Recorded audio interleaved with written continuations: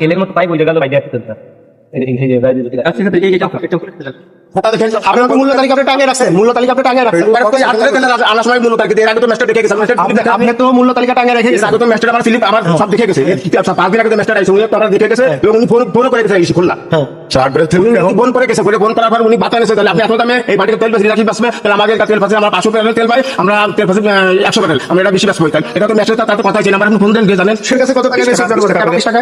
কেন 20 টাকা স্যার? তেল পাইছে অল্প টু। আপনাকে কি 20 টাকায় বেচতে বলছে সরকার? আপনি আমার সাথে এইভাবে আপনি বলছে সরকারের নির্ধারিত মূল্য কত ভাই? কত? 16 টাকা 25 পয়সা। আপনি কত বিক্রি করছেন? 20 টাকা। যেটা বেচে তো বলতেন আপনি বেশি বেচছেন না, আপনার নির্ধারিত মূল্য হচ্ছে বেশি বেচেন। তাহলে আমি 50 এর তেল নিয়ে আমি 7000 টাকা গাড়ি ভাড়া দিয়ে মাঠ ভাড়া তেল হলাম, আপনি এই জায়গাটা দেখবেন আমার এইভাবে ঘোষণা করবেন না স্যার?